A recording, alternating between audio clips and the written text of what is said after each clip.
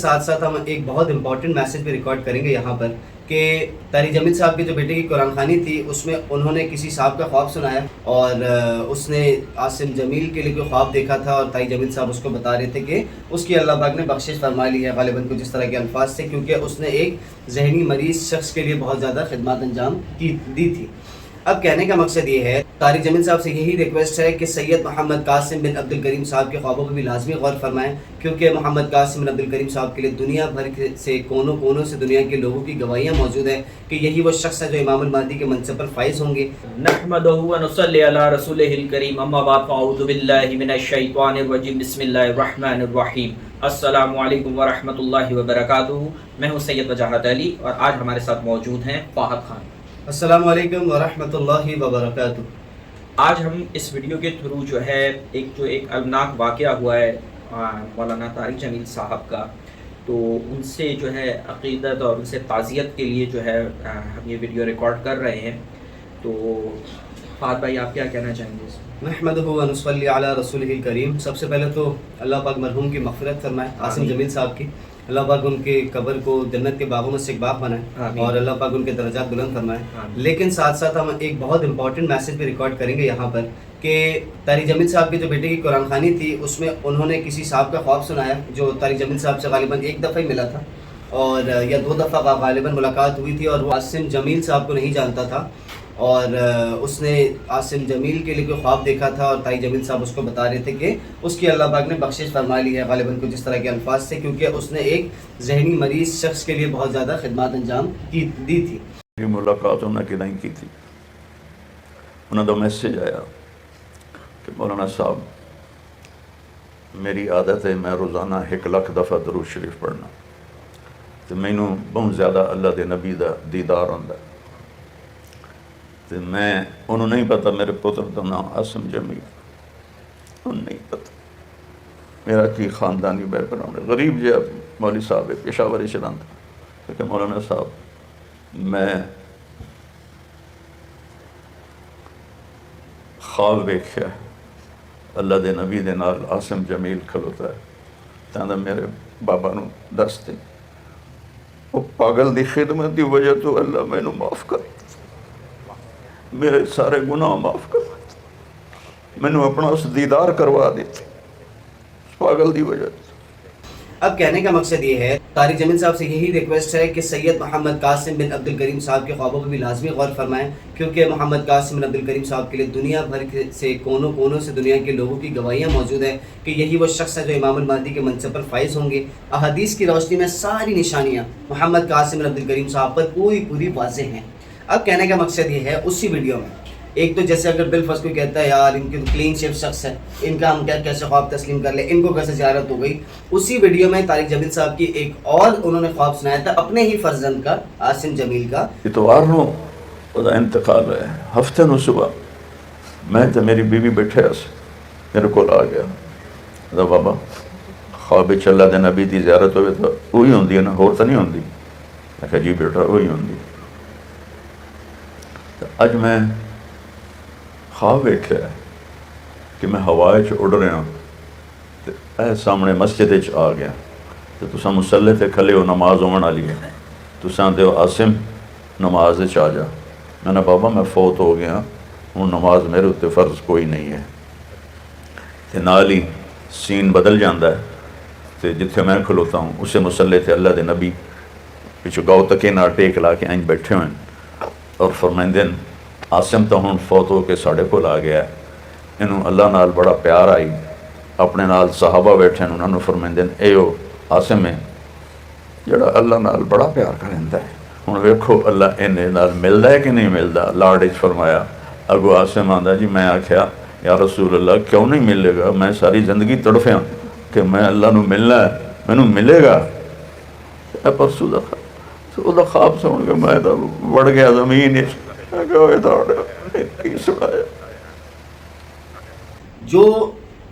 جس نے یہ کہا تھا کہ طارق جمیل صاحب سے کہ مجھے نبی اکرم صلی اللہ علیہ وسلم کی زیارت ہوئی ہے، اب کہنے کا مقصد یہ بالکل ہوئی ہوگی، اس میں کوئی شک کا کوئی گنجائش نہیں ہے، حالانکہ آپ کا جو بیٹا تھا وہ بھی ظاہر ہے کلین شیپ ہی تھا اور داڑھی تو اس کی بھی نہیں تھی، لیکن کہنے کا مقصد یہ ہے اور زیارت بھی بالکل ممکن ہے، لیکن اور مینٹلی طور پہ غالباً وہ تھوڑا سا بیمار بھی تھا، اللہ پاک آسانیاں فرمائے. تو کہنے کا مقصد ہے جب آپ اس بندے کا خواب بھی سن رہے ہیں تو آپ کے اوپر لازم ہے سید محمد قاسم عبد الکریم صاحب کا بھی خواب سنیں. اور شرک اور اس کی اقسام سے خاتمہ کرنے کو کہا جا رہا ہے وجاد بھائی، مجھے نہیں لگتا ہے کوئی غیر شرعی بات ہے، لیکن کہنے کا مقصد یہ ان کے اوپر لازم ہے کیونکہ محمد قاسم عبد الکریم صاحب نے طارق جمیل صاحب کے بارے میں خواب دیکھا ہے کہ یہ وہ میکسیمم فین فالوئنگ والے عالم ہوں گے جن کے بارے میں محمد قاسم عبد الکریم صاحب کو خواب میں دکھایا گیا کہ یہ اعلان فرمائیں گے کہ محمد قاسم عبد الکریم امام المہدی ہے، ان کے خواب اللہ رب العزت کی طرف سے ہیں. فہد خان صاحب آپ یہ بھی بتائیے کہ مولانا طارق جمیل صاحب کو جب ان کے اپنے بیٹے کے متعلق خواب آتا ہے یا کسی اور کا خواب آتا ہے تو وہ اس کو بیان بھی کرتے ہیں، اس کو حقیقت بھی سمجھتے ہیں، اس کو حجت بھی سمجھتے ہیں، لیکن جب ان کو یہ بات بتائی گئی کہ ایک شخص لاہور کے سید محمد قاسم بن عبد الکریم جن کو پچھلے 30 سالوں سے 800 سے زیادہ دفعہ خواب میں پردے کے پیچھے سے اللہ سبحانہ و تعالی اور 500 سے زیادہ دفعہ نبی کریم صلی اللہ علیہ وسلم کی زیارت ہو چکی ہے، تو ان کو جب یہ بات بتائی گئی تو انہوں نے اس بات کو تو قبول نہیں کیا اور اس والی بات کو انہوں نے قبول کر لیا. تو اس میں آپ کا کیا تبصرہ؟ دیکھیں وجاد بھائی، اولاد سے محبت ہر انسان کو ہوتی ہے، الحمدللہ ہمیں بھی اپنی اولاد سے بہت محبت ہے. کہنے کا مقصد ہے جہاں پر عاصم جمیل صاحب کی بخشش کی بات ہے اور امید ہے اللہ پاک نے بخشش فرما لی ہوگی، اللہ کے لیے کیا مشکل ہے، اللہ بڑا غفور الرحیم ہے. کہنے کا مقصد ہے جہاں پہ اس کی بخشش کی بات آئی وہاں پہ آپ نے بہت ہنسی خوشی مان لی، اپنے دل کو اطمینان بھی آپ کے دل کو بھی اطمینان پہنچ گیا. اس میں کچھ اس طریقے سے تھا کہ وہ خواب میں نماز کی طرف بلاتے ہیں، وہ منع کر دیتا ہے اور بیٹا کہہ دیتا ہے یار یہ ہمارا ایک گمان ہے کہ جب آپ نے اس خواب میں عاصم جمیل کو اپنے پیچھے نماز کے لیے بلایا تو وہ نہیں آیا. اس نے منع کر دیا کہ مرے ہوئے جو ہیں وہ اس نے ایک بات تو کر دی کہ میں تو مر گیا ہوں تو میرے نماز کا کیا ہے، لیکن وہ نماز کے لیے نہیں آیا. یہ بہت گہرائی والی بات ہے، اللہ عالم اس کا کیا مطلب ہے. لیکن انہوں نے اس کا یہ تعویل نکالی کہ اس خواب میں یہ اشارہ تھا کہ ان کا انتقال ہو جائے. اللہ عالم وہ کیا معاملہ تھا. بس یہ ہے کہ آپ سے یہی ریکویسٹ ہے، سب سے پہلے تو دیکھیے گا جو لوگ محمد قاسم عبد الکریم صاحب کو امام المہدی کہہ رہے ہیں، کئی سارے لوگوں کو نبی اکرم صلی اللہ علیہ وسلم کی زیارت نصیب ہوئی اور خوابوں میں بشارتیں دی گئی ہیں، اشارتاً بتایا گیا یا غالباً ڈائریکٹ احکامات بھی ملے ہیں کہ محمد قاسم عبد الکریم امام المہدی ہیں. تو کہنے کا مقصد یہ ہے آپ کو اب بالفرض یہی کیا کہیں گے کہ مہدی تو مکہ مدینہ سے ہوں گے، مہدی کا ظہور وہیں پر ہوگا، یہ ساری غلط فہمیاں ہیں. آپ اگر دو چیزیں آپ کیجیے گا، ڈیوائن وٹنسز ایک یوٹیوب چینل ہے، وہاں پر جائیں، لوگوں کی گواہیاں موجود ہیں اور وہ بھی بہت کم لوگ ہیں جن کی گواہیاں موجود ہیں. ہم ایسے کئی سارے لوگوں کو اللہ کی رحمت سے جانتے ہیں جن کو زیارتیں بھی ہوئی ہیں، جن کو خوابوں میں احکامات ملے ہیں، جن کو بتایا گیا ہے. اور ایک خاتون کا اس دن میں نے خواب سنا،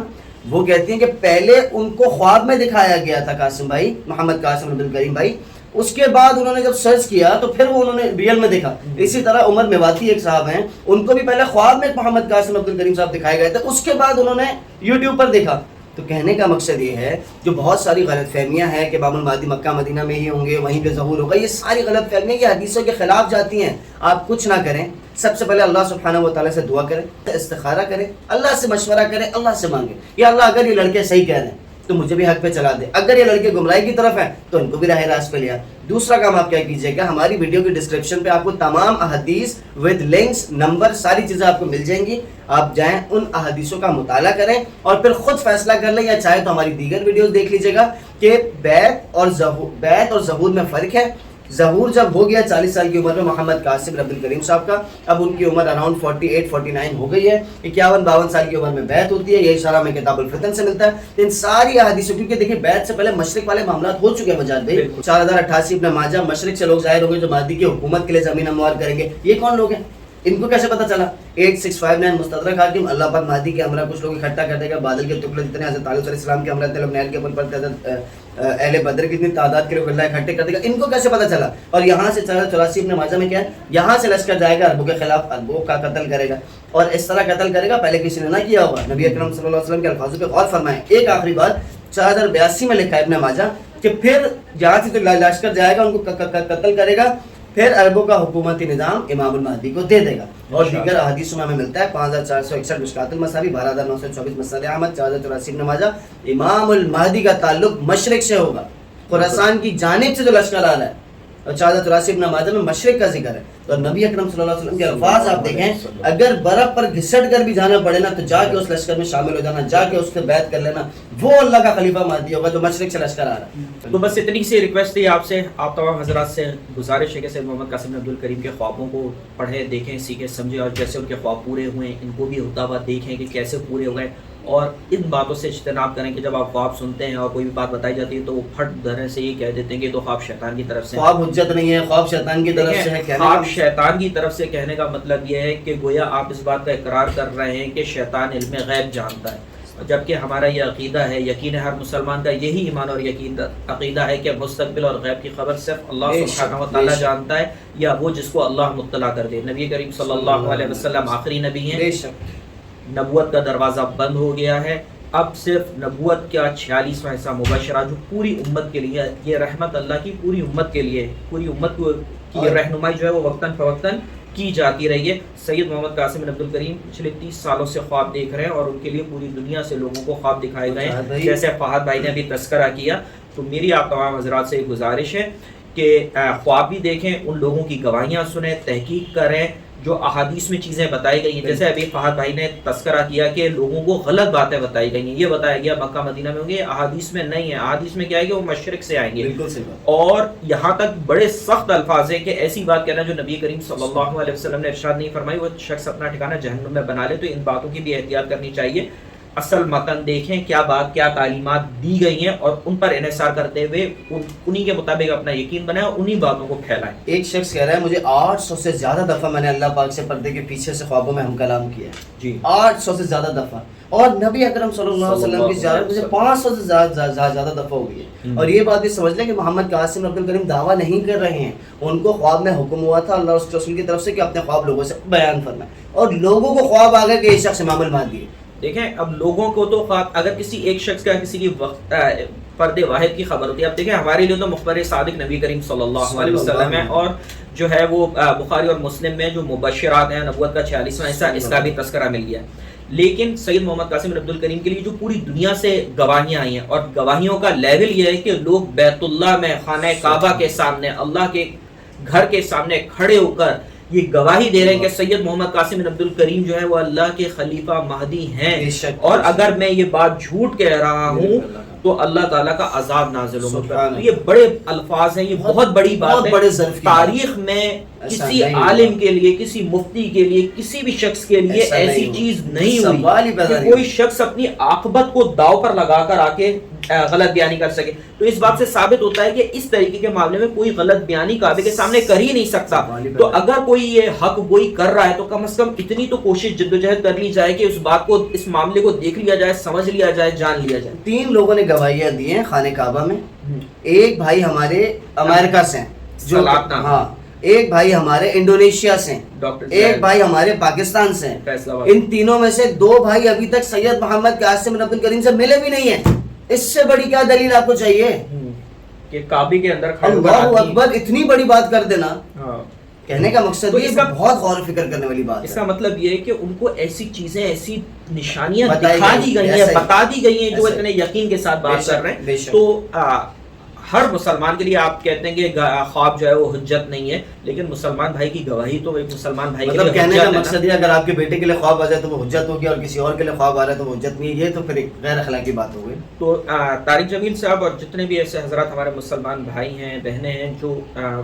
مولانا صاحب کو فالو کرتے ہیں, وہ بھی سید محمد قاسم عبد الکریم کے خوابوں پر ضرور ریسرچ کریں اور اس معاملے کی گہرائی تک پہنچے, ریسرچ کریں. ہم یہ نہیں کہتے جو ہم کہہ رہے ہیں وہ آپ مان لیں. آپ کے لیے حجت اور دلیل جو ہے وہ نبی کریم صلی اللہ علیہ وسلم کے ارشادات و فرمودات ہیں. نبی کریم صلی اللہ علیہ وسلم کے بتائے ہوئے طریقے پر چل کر ہی آپ اللہ سبحانہ و تعالیٰ تک پہنچ سکتے ہیں. بس دعا کر لیتے ہیں آخر میں, اللہ پاک ہم سب کو مکمل دین سمجھنے کی, عمل کرنے کی توفیق عطا فرمائے, تمام شرک اور اس کے اقسام سے بچنے کی توفیق عطا فرمائے, اور اللہ پاک طارق جمیل صاحب کے بھی آسانیاں فرمائے, ان کو سمجھنے کی بھی توفیق دے, اور ان سے اللہ پاک وہ کام لے لے جو اللہ لینا چاہتا ہے. اللہ ہمیں بھی شفا فرمائے. وآخر دعوانا ان الحمد للہ رب العالمین. جزاکم اللہ خیر.